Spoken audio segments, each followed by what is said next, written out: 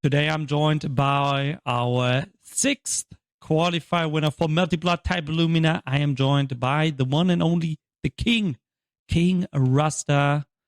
Hey Rasta, how are you today? Hello, can't complain. Pretty good so far. And happy to be here. And yeah, let's talk about some Lumina.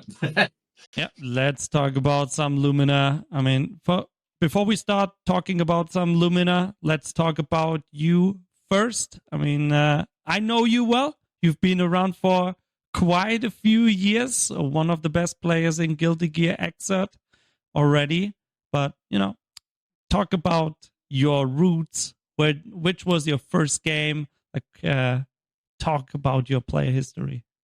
So how it started pretty much was with Metal Act Cadenza. Actually, I think it was like 2008 or 9, something along the time. And back in the IRC days where you had like find some shady rooms to find people to play with. And yeah, pretty much grinded that out for a while.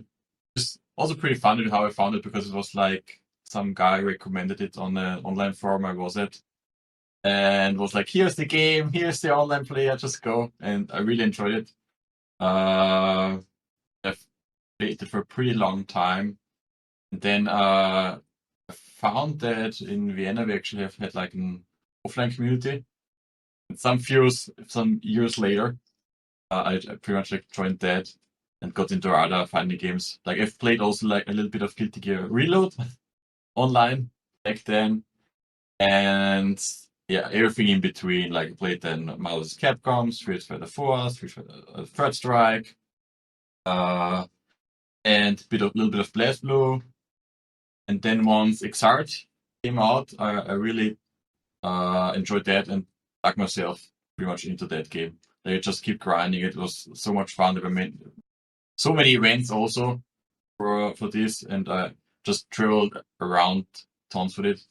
And by like once Ref who came out, I was like really, really good and one of the better players in Europe also. Well, you And was represented with us in that, Japan.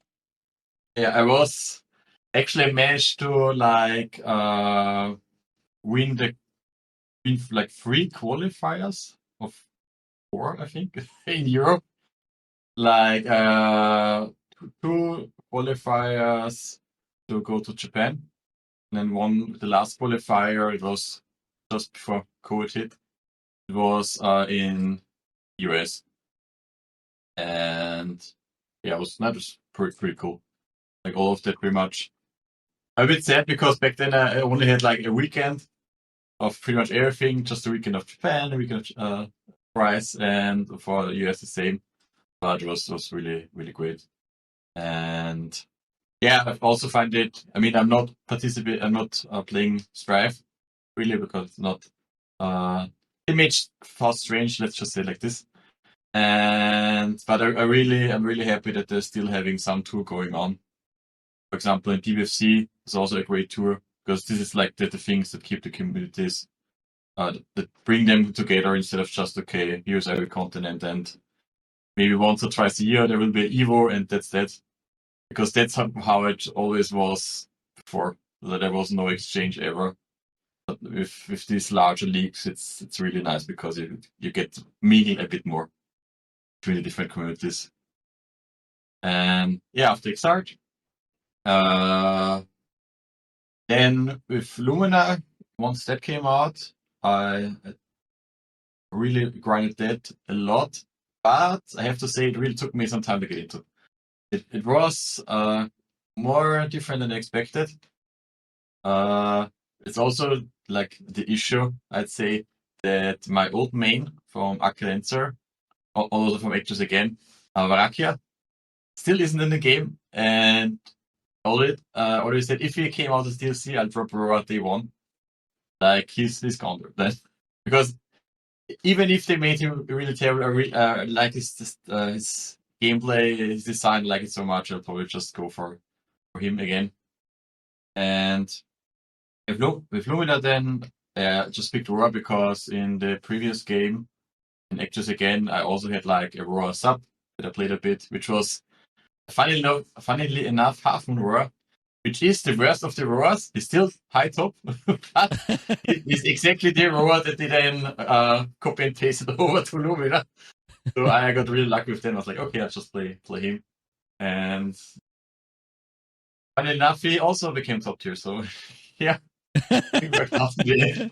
Lucky you didn't play the broken crescent roar and actress It's a again. different kind of roar, but it's still broken.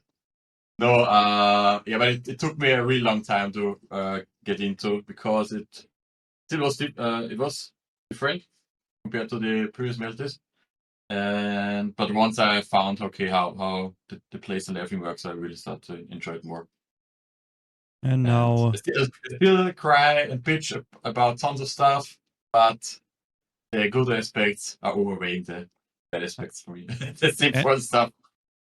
I remember reading you going like, man, I don't know if I should still keep playing Roa. I don't feel the character. Maybe I should switch. And but now I guess did it click? Still would work better regarding my playstyle, but it would take so much time, and the hopes are still there that Varaki is eventually coming. And at the end of the day, I still have so many hours in Roa. It still works out. He's a top 3 character. I'm not gonna deny that. I'm going to say something different if you pick in tournament, then it's the shittiest character in the game. But objectively speaking, he's top 3. And he still has like the best pressure in the game, great damage and everything, and yeah, not gonna lay that bottom down right now. But yeah, let's see. Hopefully, Multi-Blood still receiving some DLC even after Under Night drops next year. I mean, some new characters that are not Fate characters. Maybe that would be nice. Yeah, I mean, nice. They still can do quite a bit of money with it because Kamon even said that he didn't expect Mage to sell this well. That's why all the DLC so far was free. And if they actually made DLC that people pay for, I think it will still work out quite nicely. But yeah, now with Unis 2 on the horizon, it might take a little bit longer, but let's see.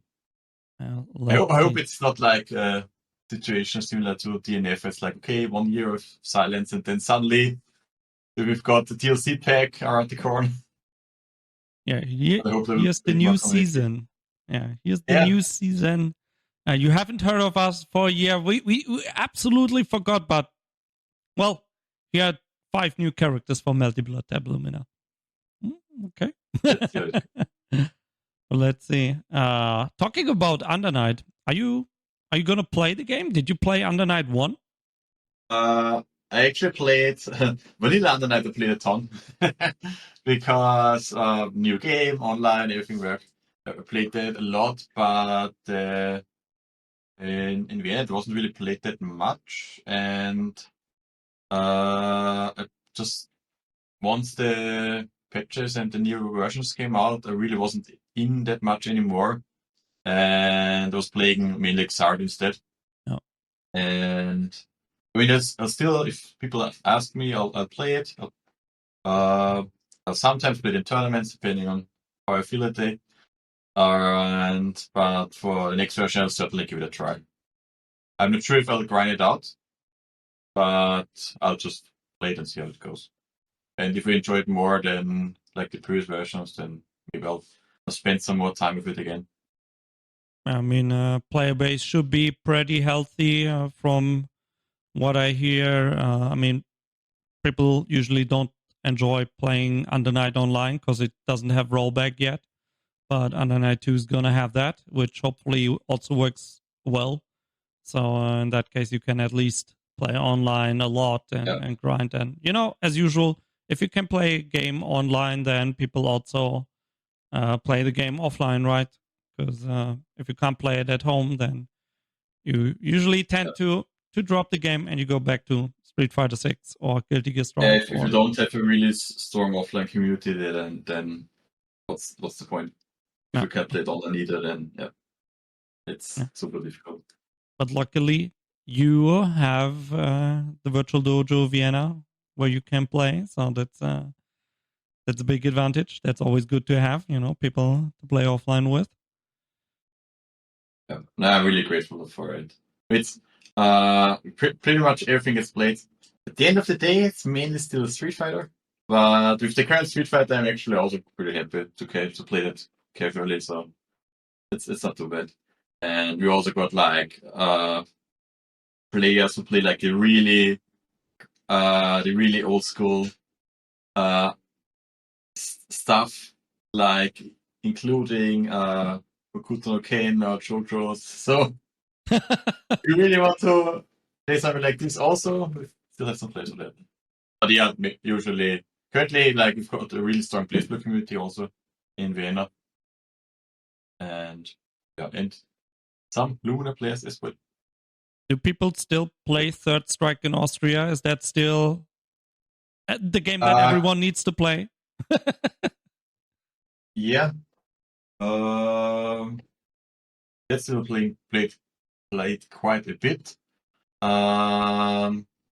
The only issue we have with it right now is motivation for it is not that big right now because of SF6, and also we don't have the caps anymore. If we still had the caps, I think it would still be played tons. But it's just like so different. The head-to-head setup is such a great thing, and it's just also an eye piece. You just get, because previous situation we had it at the entrance, so you just go in, the first thing you see is the first strike caps. It's like, okay, I have to play now. So yeah. But what happened to the caps? Did they break down or did you sell them? It's a long story. But the caps didn't really belong to the dojo itself, but to a member, and the member wanted them back at home. Okay. So you can play Third Strike alone at home. Okay. Pretty much, yeah. Yeah. Well. Yeah, that's unfortunate, but well, it is what it is. Okay. Everything should be fine now. Sorry about that. Okay. That's exactly the time when the battery would run out. It's just it's just the call to go to bed. It's bedtime, Rasta. Enough. It's 8:30. It's time for bed. Yeah. I'm tired already. Old men have to go to bed early, so yeah. Checks out. I also want to talk about your tournament run and the Type Lumina community in general right now. So, it's been 6 weeks now. It's your first win, which already I feel like says a lot about Multi-Blood Type Lumina and how competitive the community is right now. Because, to keep you at bay for 6 weeks, that's quite the feat. In the tournament, you had to beat Drizzy twice. You beat Zephyrion, Nahim. So quite a few players that Zephyrion won the qualifier earlier. Drizzy always plays really high. Like, how do you feel about joining these tournaments? Like, how confident are you, in the bracket? It's difficult because usually most of these online tournaments are always pretty stacked. So it can be up to who's just doing better that day. It can decide the entire tournament run. At this point, it feels like okay. Like I look at top 8 and it's like okay, every one of these players could win today. It's not like okay, it's impossible or just on depends on how or depends on the matchup or whatever. But it's like okay, no, if Fury has a good run, he can win. If Drizzy has a good run, he can win. But Nahim is the same. And we've seen in the previous tournaments that I think it's been pretty like it wasn't too one-sided. I think for one player dominating everyone. I mean, there is Magic Rider who's at the top, but he doesn't participate that much. And otherwise, it's like okay, the level is way closer to each other. And even with Magic Rider, I said bluntly, but even I think on a good day he's not impossible. So Yeah, we had, not a decided game. Yeah, compared to last season where Magic Rider won, I think every single qualifier, and then he won the tournament in the end as well.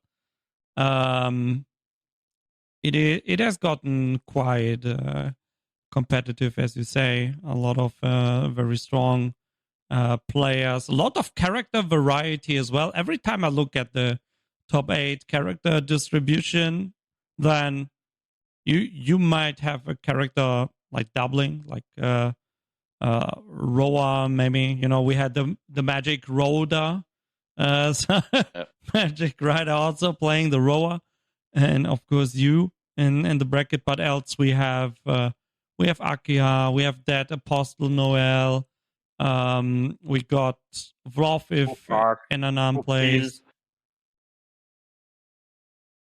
We had normal Noel as well. Yeah, and I'm not sure if I've seen the Dante yet. I said he was played for quite a bit, but I'm not sure if I've seen him in the Challenger League yet. Yeah, no count missing. No count yet. But yeah, he's a bit on the lower side of the tier list, so yeah, it's for him it's a little bit more difficult, but not impossible even. But like since the Shield patch, there was no character change, right? There were no. There were some character changes. There were. Yeah. Like for example, all this stuff I know is just like some basic stuff. But for example, Shiki got new combo routes because his TP got. I think he made it have less recovery. You can actually use it in combos. And I just remember that in that patch, very few little changes mostly. For example, Aurora was just changed so he shouts a bit louder. It's literally his only line in the patch. He screams louder. But most of other characters got a bit more changed, but very minor stuff. Not like, okay, new tool for this character. It's just like, okay, some numbers going up and down, and yeah. I feel the game seems really balanced. It's really about making the right decisions.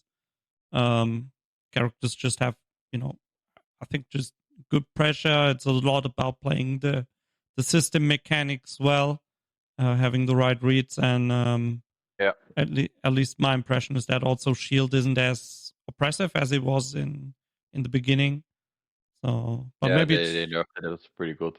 Yeah, so still pretty strong, but not as omnipotent as before. Yeah, so I think I don't know about well, for me it seems like balance is really good for multi-blood type Lumina right now, and the game is a lot of fun to play. Don't know how about you? I pretty much like say to I think it's a good spot right now.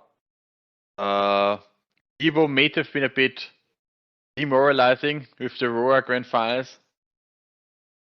But outside of that, I think we in Europe we at least have a very good like spread of characters. Like for example, you mentioned like we have like last or the week before we had like 2 Auroras in top 8. Actually, pretty rare that happens. We got I think almost every character, like even Mesh, like Moss sometimes picks the Mesh and he plays her really, really good. And even the more rare characters, like even with a strong Necroarch player and strong Dantes, but I'm not sure if they can always make it to the events. You can find them in casuals if you on Discord, but yeah, pretty much from everything we've got something around. And I don't think even the like balancing wise, even the matchups are not as bad for most of the cards. Where it's like, okay, your worst matchup feels for most characters like it's a 6-4, which is really not that bad. What are you talking about? People do more about that, but they should play an older game and see what bad matchups actually look like. It's like the only character which I would say I'd let complain is like Neko and Ushi. They legit got some really, really bad matchups, but they are like the bottom two characters. Yeah. Cool. Everyone else doesn't feel good. I can easily talk about this because I play Aurora. One of the characters whose worst matchup is like 5.5. Yeah. Oh, that's what it feels like. Wait, it's 5.5 in your advantage, right? That's for the mirror, maybe. Oh yeah, it's 5. The roar that hits first is 5.5. Yeah. Yeah. Who can needle faster? Yeah. But talking about old games and complaining, I just want to point out you really have to go back all the way, because when you said that, I was thinking back to Street Fighter 4 and people were like 5.5 to 4.5. That is unplayable. It's unwinnable. People were like, this is such a bad matchup. You can't win this. And you're like, but it's 5.5. So like, it's not even, it's not that bad. And people were like, this is unplayable. You can't win this. And it's like, okay. Then you got Super Turbo with the A2. Let them play like Vanilla Blaze Flow, Tega versus Nu, and they'll see what a bad matchup looks like. Was it Lambda in that version? I don't know. Yeah, it was Lambda 13, the 9.9 to 0.1, because Tega could never get in. Classic. Only way the Tega could win a matchup if the opponent had like a stroke or heart attack during the match. Otherwise, it's like, okay. Nope. But that was a great game. That was a great game. Calamity Trigger. Instant kill combos. Lambda not letting you in. Oh man, let's not talk about. The character with the infinite throw was like not even top 3. Carl with the throw loop. Carl, yeah. Do you remember he could loop his throws? And wasn't it like he loops the claps, but if you even if you escape the claps, he can like throw you. And the thing is, at times like this clap from the puppet was air unblockable. And what he could do is air throw into the clap, and if you take the throw, then the clap is unblockable and you get hit by that. Yeah. And he does another throw, and he could time it in such a way that if every throw the clap comes out, either you take the throw and get clapped into the next throw, or he does just throw into combo throw, and it's GG. And I think only like Rachel or Hakumen could come out of that. And you're still not top 3. Yeah. What a nice balance, man. So fun. But you didn't know. Like when Calamity Trigger was like the recent version, right? People were like, oh my god, this game is so nice. It looks so great. Oh, it's so fun to play. And it's just everything. This is something that I'm not sure how many people realize, but everything back then was also tech-wise much slower, because you didn't. Right now, today we have Discord.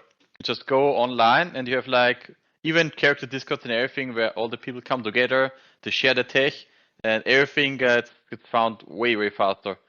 Like compared to back then, where like every small community had their own RSC channel, it was much more difficult to play or find people like from other countries or something. It was like, okay, mainly the tournament side.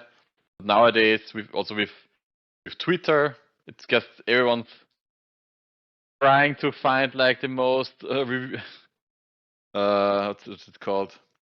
Like to find that one clip that can then get shared 1,000 times and stuff, and yeah. So it's just social media change, and that I think made everything all the tech and knowledge gets found way more faster. Yeah, that, and we don't have to download the Japanese match videos that may potentially get uploaded at some point.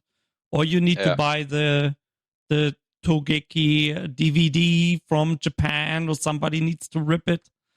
Times have changed. The old Japanese magazines. It's you. If you got lucky, they translated stuff, and you got some framed out of that, because otherwise it was all a mystery. Yeah, no frame data, nah, nobody. No hitboxes, no. I mean, it's now just we went by have. feeling. Yes, sir. You can't be scared if you don't know the frame data. Yeah, pretty much. And now with the PC versions, you have people that can go into the game and either just read out the frame data, right? But sometimes the game even comes with the frame data and hitbox viewer. So if it's a good game, it does. If it's a good game, it does. But then on the other hand, you have games that are like, we give you nothing. It's replay value. You're not supposed to learn the game in a week. So we give you nothing. No hitboxes, no frame data. And if the developers are really nice, they also don't give you any reversal options. yeah, but I think it got better with time. Yeah. Like right now, even the smaller indie fighting games pretty much put all of the finally enough, some of them have like the best P mode. Like Skullgirls, for example, is a really great practice mode for Dame's fighting cards. A good same engine. Yeah, and the bigger developers also realized that hey, good fighting training mode is pretty important. I think like the Street Fighter 6 training mode is also pretty good. And what they did with the plus R training mode is insane with the not the training mode, but the replay. Yeah, replay you takeover. Can jump into your own old replays and grind the situation out. So that's pretty cool. Yeah, it's insane. It got better. At least at that point, I think that the quality just got better overall. And people are like we talked about the rollback before with Under Night. Like if they didn't release it with rollback, it'd have the same situation as they had like with Strive. As the developer said, no, we can't do rollback, it's impossible. And the community just went together and just like online shamed them into implementing rollback. And now it's like, I mean, it was one of the best rollback implementations, or maybe it still is. Just like I think Strive right now has some other online issues, but I think they still have like some of like one of the best rollbacks out there. So it just had to force them to actually improve that stuff, and it works. And everybody realized at this point, like thankfully, even the Japanese developers realized that hey, some goes online can help a ton, and it's maybe with that even it helped with the growing the different communities from the different continents a bit more closer together. Yeah. And yeah. I mean, also the community outside of Japan has become more important for the developers. I only know the sales for Tekken, but like Tekken was 50% Europe and 35% North America, and then like 5% Japan. So I don't know about Melty Blood, but if you think about, let's say, like Europe might be 30% and North America may also be like 30%, then there will be like 60% just, being, let's say, like the English speaking community. So if, as you mentioned, if the community comes together across Europe and North America, there's a lot of pressure on the developers, and I mean, games are not getting cheaper to make. So it's great that we get a bit more attention from the devs. Yeah, just including all the different leaks and stuff that some of the developers are pushing out. Yeah, let's see if something comes with Under Night 2. Also maybe for the French spread side, because they have been a bit more, let's say, careful with how they run and stuff. They didn't. I think there was like one one league in Japan and America, and not in Europe. But maybe something else will come up in the coming years. Is Under Night 2 being released by Axis? I think it is, yeah. Oh yeah, I then think it is maybe again, because I think the older version was.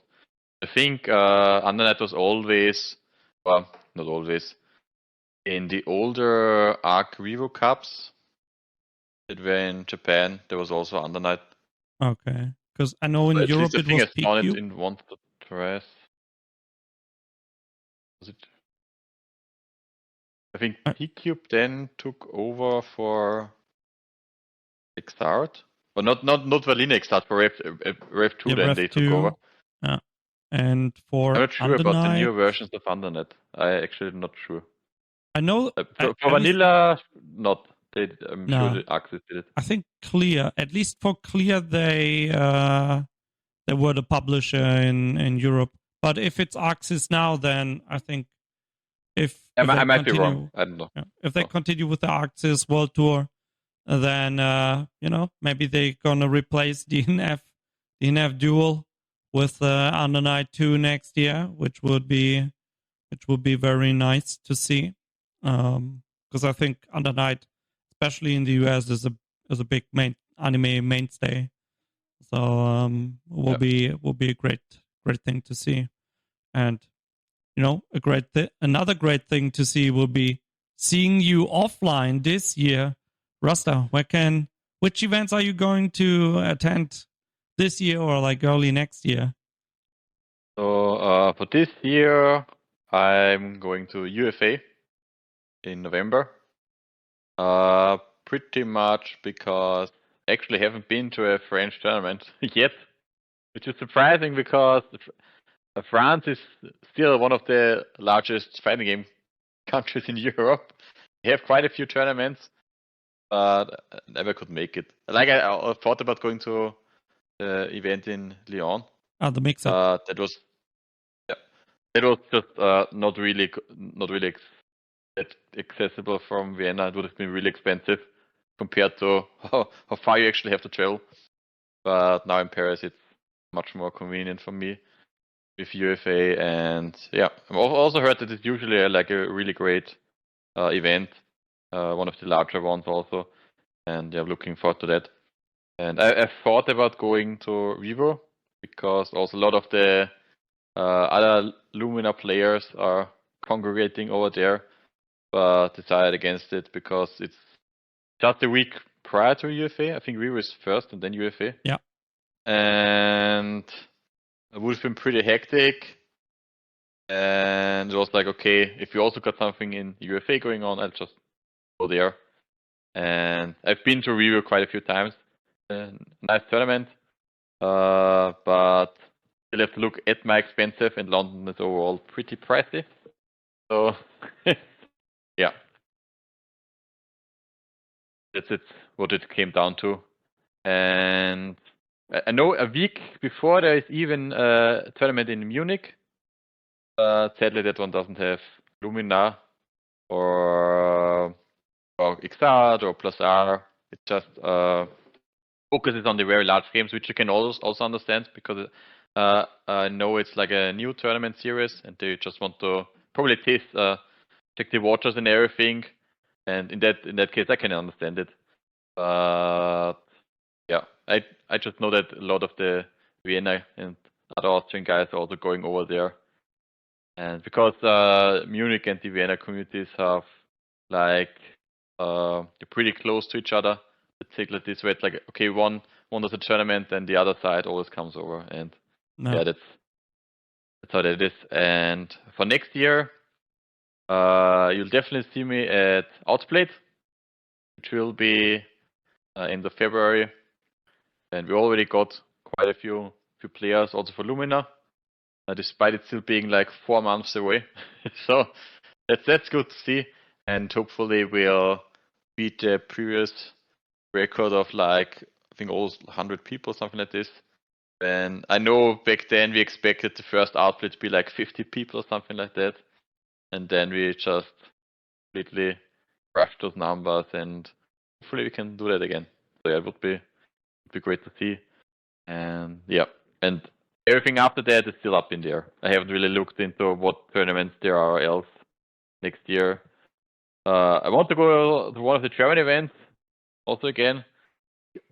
Let's see what comes up next year then. Oh, I can only tell you we will have Under Night at Hessen Crash. That's all I can tell you. Yeah.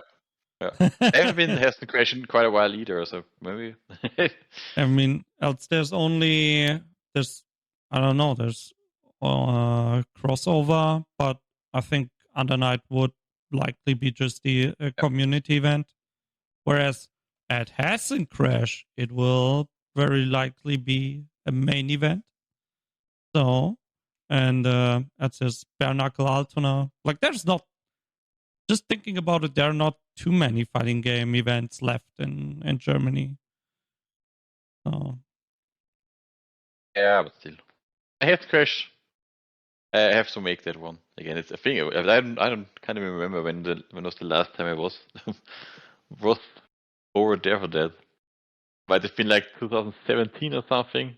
It's been a long time since I think you or any of the Austrian players came over to Frankfurt for Essen Crash. It's been a while. Oh. But we would of course be very happy to have you. So if you want to come around, I can only tell you have a look at Twitter next week. And then you will know more about Hessen Crash. That's all I can say for right now. Great. Okay. No. And yeah, I mean, the rest of the tournament schedule, I mean, the year isn't even over yet. A lot of the big events just took place. So I also only know about Outplayed. There's Evo Japan that is announced in April.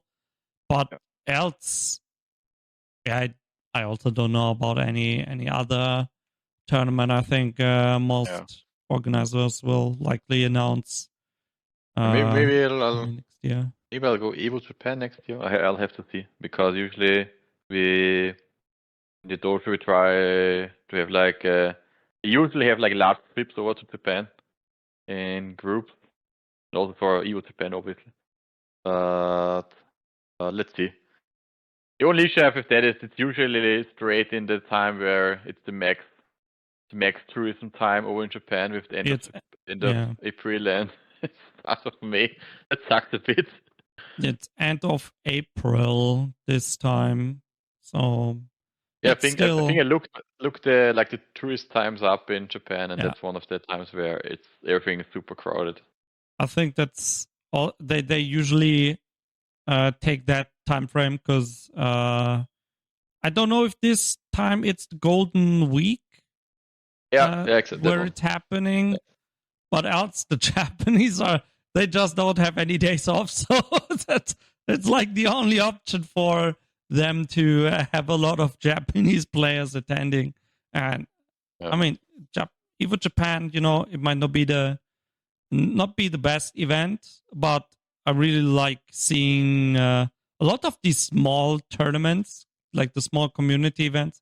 Like I'm also thinking about going just to play some Akatsuki and Eins tournaments, or maybe find some dudes that want to play some Power Instinct with me again. It's like, if you want to play these super niche games, you have to go to Japan to you'll find someone, to still find people playing those. Yeah. But no, that one is also still up in the air for me. Because, I mean, what's good right now is the yen is pretty low. So once you're over there, it's pretty affordable. But I've also checked flights, and flights are really bad right now. So, yeah. When I checked, it was like 1,300 euros both ways if you take the cheapest tickets.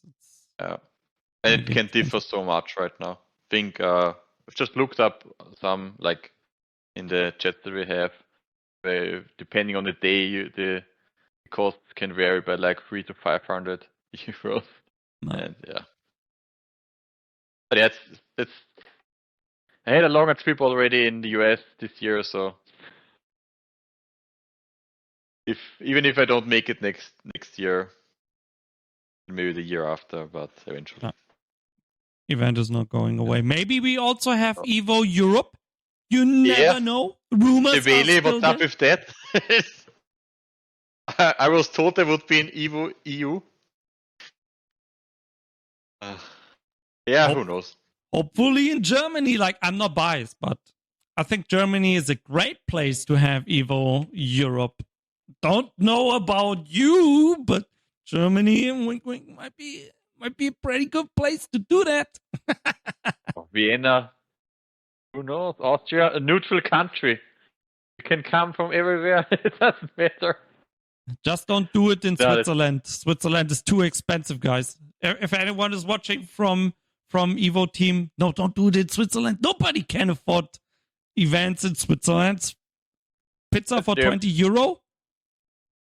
Nah. They have also a nice community in Switzerland. I've been to one of like when was that? 2016. I think Heartread, I think it was called.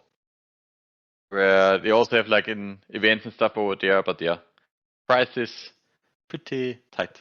So Zurich is a really great city, but also so expensive. Like yeah. Swiss people. But yeah, no, for Evo EU, even if it came to be like Germany would be one of the contenders. I've also heard like Brussels maybe or France, I think. Yeah. Would make sense. I think UK not in the running anymore, thanks to Brexit. Yeah.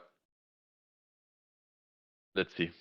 I mean, maybe it just ended up being a meme by Jabeli, and we're still falling for it. But yeah, I mean, Jabeli also tweeted about, where should we go with CO in Europe, and nothing happened. So I confused that. Yeah, that was him. Not the EU stuff, but the EU stuff. Yeah, but there's also like rumors about Evo Europe actually being a thing. I mean, they have Evo US, now Evo Japan for the past years. And I mean, Europe is now also a pretty decent market for fighting games. We have a lot of good players, and the player numbers are also pretty good. So, well, let's see. Yep. We will see, I guess, next year how things are going to work out. Is there, we got Under Night coming up. Is there any other game you're looking forward to next year?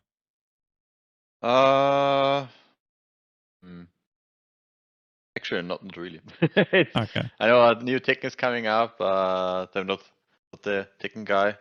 I'm more a Soul Calibur player, if it's about 3D. And besides that, I'm looking forward to what they'll do with SS6. I hope we'll get some more Lumina news. But besides that, it is only Project what else is? I mean, yeah, Unip 2 or Unis 2. I think there's a large Grand Blue patch coming, but I didn't really go too deep into that game either. So I'm happy for the community, but yeah, and I'm not sure if what else there is on the horizon besides like some indie fighting games, which I'm not too familiar right now. So let's see. But yeah, as mentioned, right now, player base for the games that are out are pretty good. Strive sold so much, and SS6 now was insane. Lumina sold way better than expected, and yeah. So people, if you want to have Rasta at your event, you need Multi-Blood or potentially Under Night to reel him in. You heard it here first. So Exarch plus R can also work. The older Guilty Gears still on the table. Exarch, like there are still just a few tournaments that still run Exarch, right? Like not. Yeah, UFA is still running, except for example, as side event. Who? UFA? Yeah. Really? Yeah. You didn't see Oh it? boy. Okay. So the Faust is gonna win that one. Okay.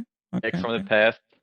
But I'm not sure if I can if I can win as much as back then. I'm still rusty. And I've seen that the community is still going. There's still weeklies for XR and everything. So the others didn't sleep, but I did a bit. Yeah, I mean, there's still psychedelic pet. There, I don't know if Niffy is still playing. I know think Peter it is, yeah.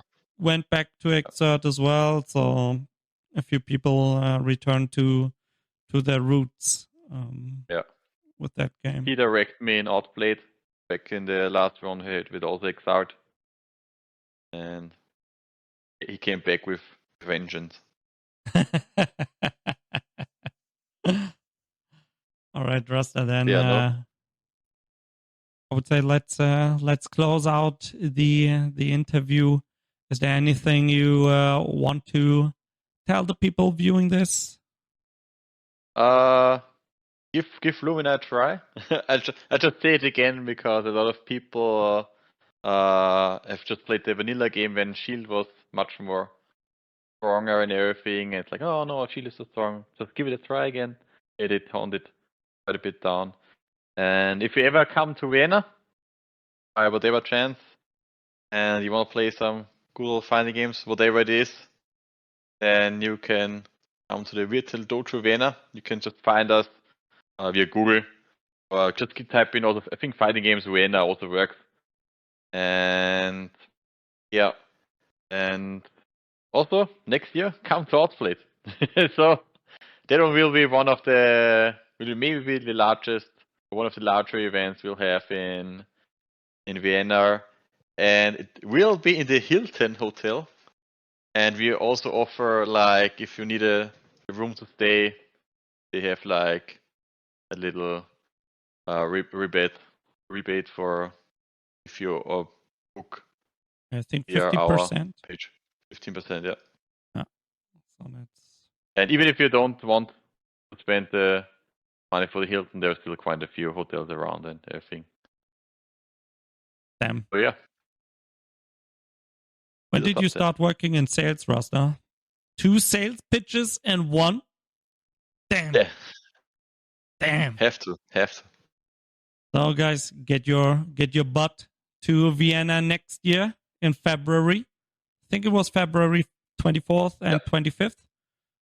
Mark your calendars, book your planes, your flights, and get there so you can you can get your revenge on Rasta after he bullied you in all these online brackets.